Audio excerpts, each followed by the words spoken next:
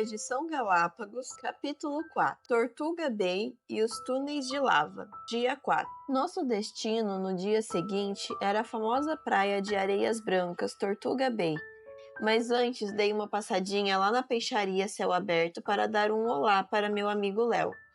Quando não estava nadando no cais, ele ficava ali à espera de um peixinho, com um barrigão esparramado no chão. Meu amigo descansava perto dos homens que vendiam peixes. A barriga dele parecia maior do que a dos outros leões marinhos. Léo deve ser meio guloso, pensei e voltei para perto do meu pai. Depois de caminhar quase 1 hora por uma bela trilha de pedras por entre a floresta onde pude ver muitos pequenos lagartos e tentilhões, ainda não falei dessas aves, eu sei. Chegamos à praia. Tiramos os tênis e pudemos sentir a areia fofa afundando sob os pés. Caminhamos algumas centenas de metros até chegar a uma área cheia de rochas vulcânicas, para variar, e plantas de um verde vivo. Foi ali que vi as maiores iguanas pretas e mais. Vi iguanas surfando nas ondas. Havia várias delas espalhadas na areia. Lembrei-me da explicação do guia em Seymour Norte, de que esses répteis se aquecem ao sol e à noite, para manter a temperatura corporal. Dormem juntos aos montes. Isso que é família unida. Meu pai percebeu que ao longo da praia havia uns tipos de cabideiros para os turistas colocarem roupas e chapéus, quando se aventuram nas águas geralmente geladas do Pacífico. E então brincou comigo. Filho, observe aquelas árvores. Elas têm galhos retos e bem cilíndricos. Ali perto há árvores com troncos um pouco mais grossos. Ao longo de milhões de anos, esses troncos secaram e por algum motivo ficaram em pé. Depois, os galhos perderam as folhas, secaram e por algum processo desconhecido, se conectaram aos troncos. Após milhões de anos e da ação de processos naturais, esses cabideiros apareceram aí. Pai, isso é impossível, falei. E ele prosseguiu. Agora observe essas iguanas. Elas têm músculos que são verdadeiras máquinas. Têm olhos que superam nossas câmeras em complexidade e eficácia. Têm bilhões, talvez trilhões de células, que são verdadeiras fábricas de energia, dotadas de milhares de máquinas moleculares, cada uma. E tem muito mais mecanismos de complexidade fabulosa que tinham que funcionar bem desde o início, senão a iguana não sobreviveria. As pessoas não acreditariam se eu dissesse que o cabideiro simplesmente surgiu aí, mas alguns acreditam que a iguana sim teria surgido. Papai me disse que se trata de uma comparação bem simplista, mas que ajuda a ilustrar a teoria da evolução defendida por Charles Darwin em seu livro A Origem das Espécies, publicado em 1859. Darwin era um jovem inglês de 22 anos, quando visitou Galápagos. Ele esteve em 4 ilhas, entre elas a de Isabela, onde havíamos estado 2 dias antes. Como o inglês havia crescido em uma família de céticos, os 2 avós e o pai tinham sérias dúvidas sobre Deus e a Bíblia, e conhecido pessoas descrentes e evolucionistas na faculdade, isso acabou influenciando sua maneira de ver o mundo. Quando embarcou no HMS Beagle em 1831, em uma viagem que durou 5 anos, Darwin levou consigo, entre outros livros, os Princípios de Geologia de Charles Lyell. Nesse livro, Lyell apresenta a ideia conhecida como uniformitarianismo, ou seja, os processos e eventos geológicos do passado ocorreram ao longo de milhões de anos, exatamente como acontecem no presente. Tanto que essa ideia pode ser resumida na frase: o presente é a chave do passado. Com a crença de que a Terra teria milhões ou até bilhões de anos e de que os animais sofreriam grandes modificações ao longo do tempo, evolução, digamos que Darwin viu o que queria ver quando estudou a fauna e a flora de Galápagos. Quando percebi que meu pai não parava de fotografar os passarinhos chamados tentilhões, conhecidos no local como pisons, perguntei-lhe o porquê e ele me respondeu.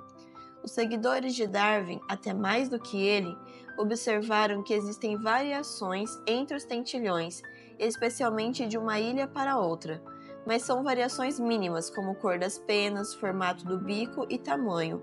continuam sendo tentilhões. Só que, como eles pensam em milhões de anos, supõem que se passar esse montão de tempo, os tentilhões terão mudado tanto que se tornarão outro tipo de ave totalmente diferente. Então isso é o que chamam de evolução, pai? O correto seria chamar isso de macroevolução, o que é mera hipótese, porque não acontece. O que acontece são apenas adaptações e mudanças limitadas. Lembra do que lhe expliquei sobre os fósseis? Sim, pai. Pois então, se a macroevolução fosse um fato, deveríamos ver várias espécies de transição. Mas não é isso que vemos. Há ali animais perfeitamente formados, e é fácil classificá-los como peixes, répteis, aves, mamíferos. Além disso, eles já aparecem no registro fóssil perfeitamente formados, com toda a complexidade que os caracteriza. Voltamos pelo caminho das pedras com as câmeras repletas de fotos de iguanas marinhas e tentilhões. Almoçamos em um pequeno restaurante na Avenida Charles Darwin. Dessa vez, optamos por saborear uma sopa de legumes seguida de arroz com batata, repolho, cenoura e quinoa. Como não usam panela de pressão, feijão cozido só é servido depois das 2 horas. Fica cozinhando a manhã inteira. Bebi um delicioso suco de coco e meu pai um de amora. Depois do almoço, tomamos um táxi. Lá, os táxis são caminhonetes brancas e pagamos $10 para ir até o próximo ponto turístico, os Gamelos, os Gemelos e a Fazenda das Tartarugas. Os motoristas nos acompanharam no passeio e nos levaram de volta ao hotel. Por isso, cobraram mais por essa viagem, mas valeu a pena cada centavo do meu pai. Esse foi o passeio mais especial de todos, ao menos para mim. Quer saber por quê? Venha comigo! Primeiramente, visitamos 2 enormes crateras de cerca de 100 metros de profundidade, chamadas gemelos, ou seja, os gêmeos, um de cada lado da rodovia.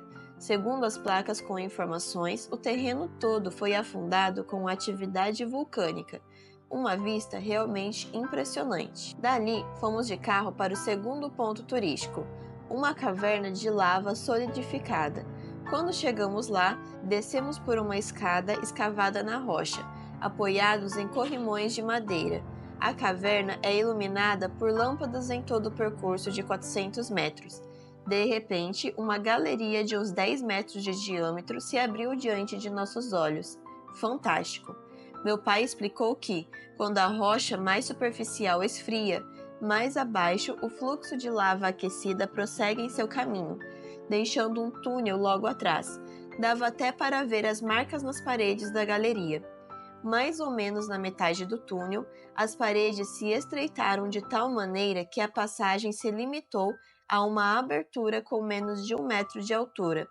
Para passar por ali, a gente tinha que rastejar por baixo da rocha. Papai foi na frente para me mostrar como fazer. E quando eu já ia me abaixar para segui-lo, ouvi uma voz familiar. Olhei para trás e quem estava ali? Acertou, a Helena. Ela sorria para mim e me perguntou se eu podia ajudar. Mas claro que sim. Pode contar sempre comigo, garota. Estendi-lhe a mão e ela retribuiu o gesto. Senti um frio na barriga e acho que minha mão começou a suar.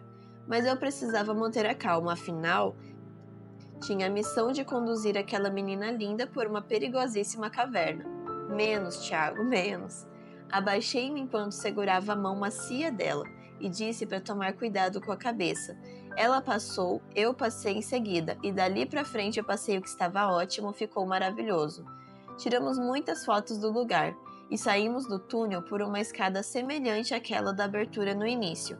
Lá em cima, nossos táxis esperavam para nos levar ao terceiro e último ponto turístico da tarde, a Fazenda das Tartarugas Gigantes, ou Tortugas, como dizem os falantes de espanhol. Rodamos uns 5 minutos e chegamos ao local. Descemos do carro, cruzamos a entrada da fazenda e então as avistamos, as famosas tartarugas de Galápagos. O casco delas realmente parece com a sela de cavalos, as Galápagos. Helena e eu conversávamos animadamente, e nossos pais também. As tartarugas eram impressionantes, de fato. Algumas chegavam a meio metro de altura e mais de 1,5 metro de comprimento, e vivem por tanto tempo, podem passar dos 150 anos. Ficam ali tranquilas, comendo pasto e goiabas que caem das muitas goiabeiras que há na fazenda, trazidas ao arquipélago por navegadores. Helena apanhou 2 goiabas e me deu uma. Gosto de guavas. Como se diz guava em português? Goiaba, respondi, dando uma mordida na fruta. Goiaba, ela disse pausadamente. Chegamos a um pequeno quiosque, onde há 2 cascos enormes de tartarugas, nos quais os turistas entram para tirar fotos. Ali também estão alguns ossos dos grandes répteis e quadros com informações sobre eles. Ficamos sentados em bancos de concreto para descansar um pouco. Você acha que esses animais e todos os outros que vimos aqui nas ilhas foram criados por Deus ou evoluíram naturalmente, como propôs Darwin? A pergunta direta de Helena me pegou de surpresa. Naquele momento, lembrei-me imediatamente de 2 coisas. O texto bíblico de 1 Pedro 3,15, em que o apóstolo diz que devemos estar sempre prontos para dar a razão da nossa esperança, e daquela conversa que tive com meu pai sobre os óculos conceituais que usamos para ver o mundo. Acho que meus óculos estavam prestes a ser testados. Meu pai se diz agnóstico. Ele não tem certeza se existe mesmo Deus. Para ele, o universo surgiu de uma explosão e a vida apareceu em algum momento. Sabe, Helena, meu pai já foi descrente. Quando era jovem, ele resolveu colocar à prova tudo em que acreditava, ou melhor, em que não acreditava. Ele me disse que, quando leu os livros de um escritor chamado Chesterton, se sentiu desafiado. O autor escreveu que muita gente que se diz cética não é cética de verdade. Por quê?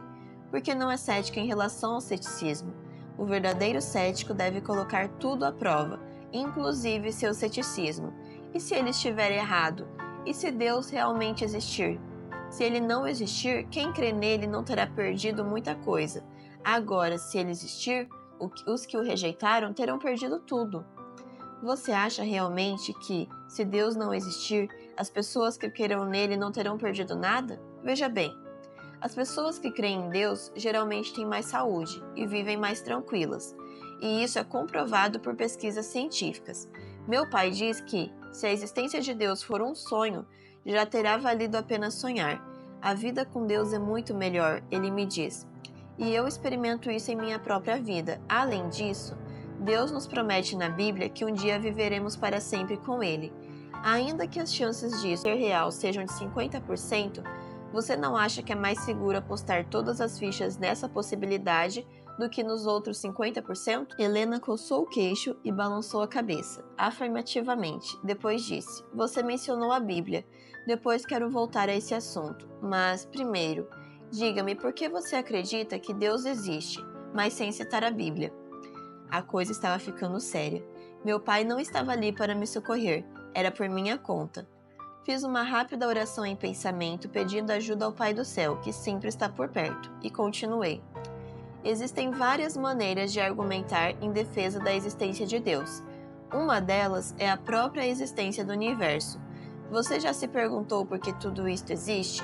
Apontei para as árvores, para as tartarugas e para o céu.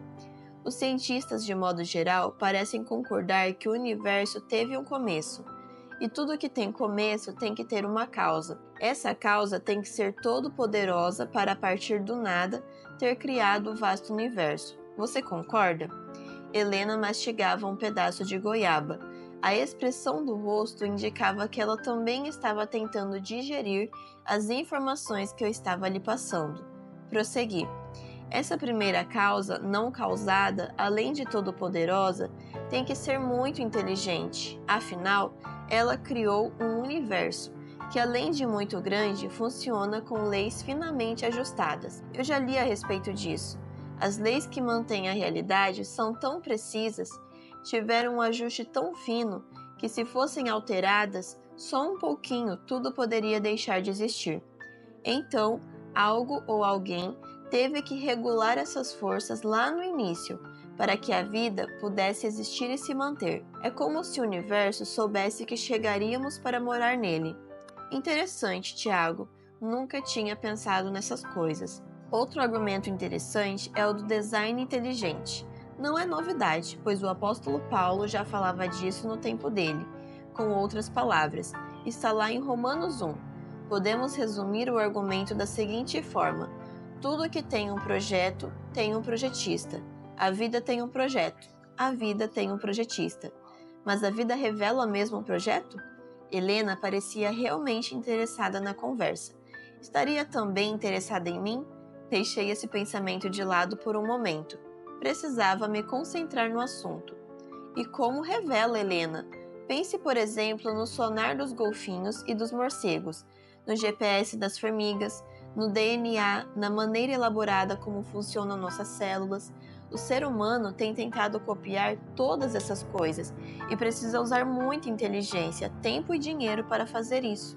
E o que dizer das invenções originais que a gente copia?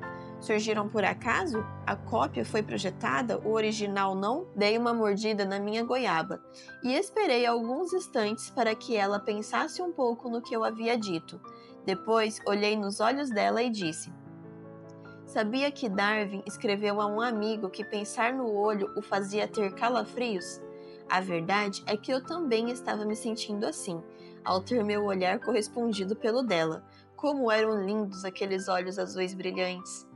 Como não ficar maravilhado com coisas tão lindas quanto aos seus olhos? Digo, quanto os olhos humanos? Capuliu. Tenho certeza de que fiquei vermelho na hora, pois ela achou graça da situação, e eu tentei me salvar do embaraço continuando a explicação. Órgãos como os olhos dependem de mecanismos super elaborados para funcionar. Além disso, é preciso que no cérebro também existam neurônios especializados em decodificar as informações que chegam através do nervo óptico. Acreditar que tudo isso seja fruto de mutações ao acaso e seleção natural é ter muita fé. Na verdade, é preciso ter mais fé para crer na teoria da evolução do que no criacionismo. Tiago, Helena, vamos embora. Os guias já estão nos esperando, chamou o papai. Você é muito inteligente, Tiago, e gostei da sua sinceridade e da forma como defende sua fé no Criador. Pode ter certeza de que vou pensar muito em tudo que me falou, e espero que a gente possa conversar mais antes do fim desta viagem. Você me deve uma explicação sobre a Bíblia.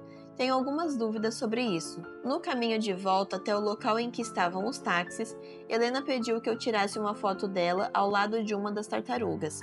Os guias orientam os turistas a manter a distância de 2 metros dos bichos. Impressiona ver o cuidado com que as plantas e os animais são tratados em Galápagos. Como muitas das espécies são endêmicas, acabei de aprender essa palavra, isto é, só existem ali, os habitantes do arquipélago têm consciência de que devem preservá-las, do contrário, podem se extinguir. Tiramos mais algumas fotos e meu pai, percebendo que Helena e eu havíamos nos dado bem, convidou a família norte-americana para jantarmos juntos. Eles aceitaram prontamente. Falei para Helena que eu tinha um amigo chamado Léo e que queria muito apresentá-lo para ela. Helena quis saber quem é e de onde ele tinha vindo, mas preferi fazer surpresa. Voltamos para Puerto Ayora e decidimos ir a uma pizzaria.